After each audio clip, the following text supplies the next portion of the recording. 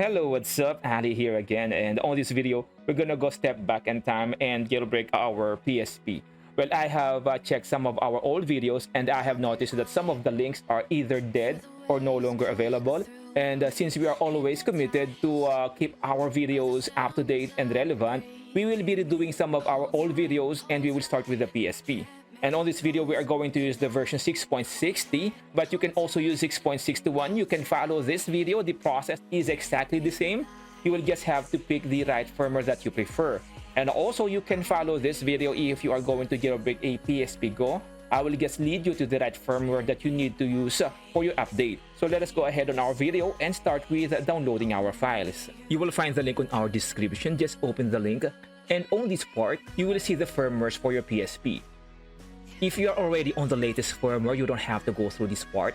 6.60 and 6.61 will work exactly the same. And since on this video, we will jailbreak both our PSP and PSP Go.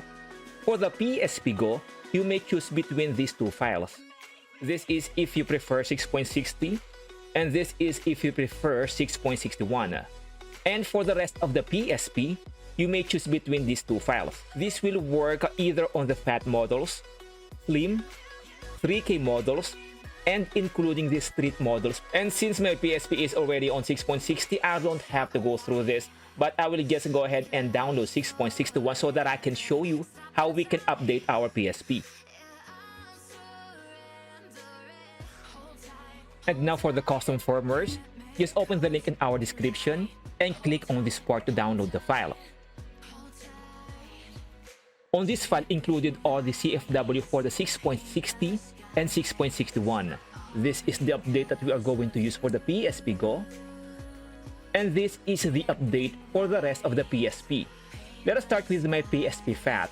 Again, if you have the 1K to 3K models, including the street models, you can follow this process exactly the same. Now let us go ahead and change the update file to EBOOT.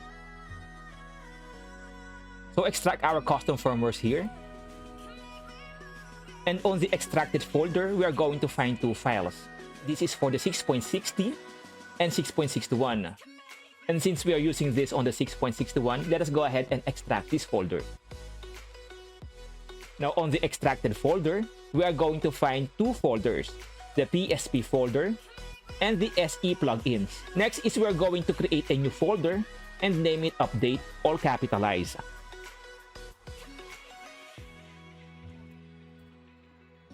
Inside this folder, we are going to place our EBOOT update file. Next, let us open the PSP folder. In the PSP folder, we are going to find another game folder. And now inside the game folder, we are going to place our update folder. So inside the PSP game folder, we should see four folders: the CIPL flasher, fast recovery, Pro Update, and the Update folder. Now we have these two folders, the SE plugins and the PSP folder with our EBOOT update folder. We have to transfer this in the root of our PSP. So just connect your PSP to your PC using the USB cable and enter the USB connection.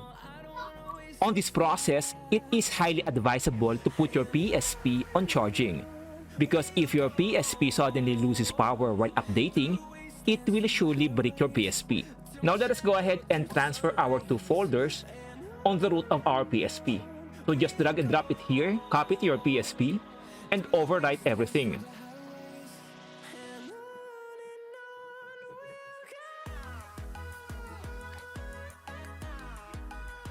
Now once everything's all set, go to the game section.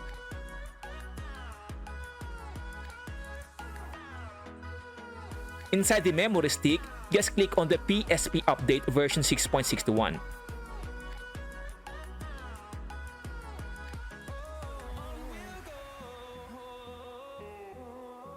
Just follow the whole process here. And this may take some time, so make sure your PSP is on charge within this whole process.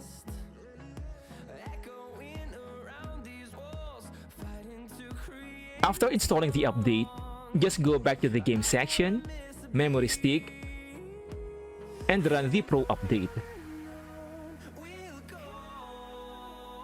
And on this part, just press X to install the CFW. And if ever you have transferred the wrong version of CFW to your PSP, you don't have to worry. You'll only receive a message saying that the version of the CFW is not compatible with your PSP. So just make sure to use the right version of CFW for your firmware. Now let us go ahead and press X to install the CFW.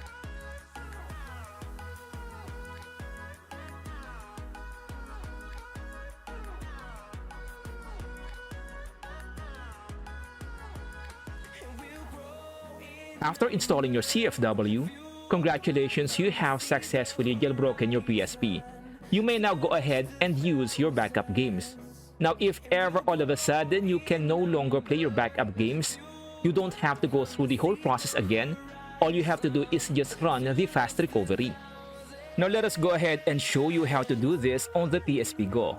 The process is exactly the same, but for the benefit of this video, we will also show you how to do this on the PSP Go. But if you're using a non-PSP Go model, you don't have to continue the video. Just check our description on how to install and play games on our jailbroken PSP. These two folders was the files that we have used for our FAT PSP. Now let us just go ahead and delete this. Now for the update for our PSP Go, let us again rename this to EBOOT. Create a folder, name it Update, all capital.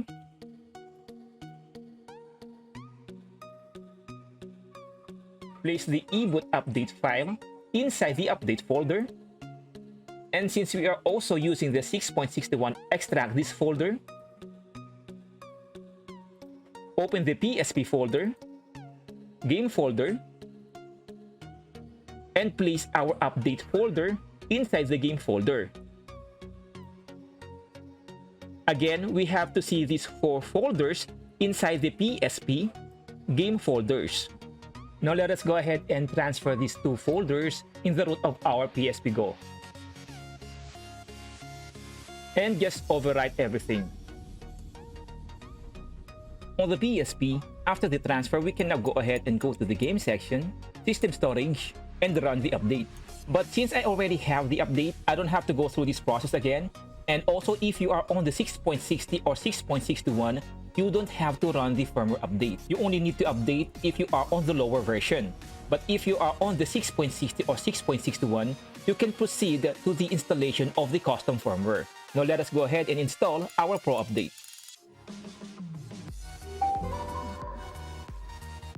Same process here, just press X to run or launch the CFW.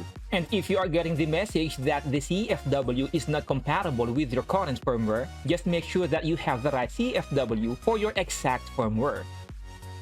Now let us go ahead and press X to start the CFW.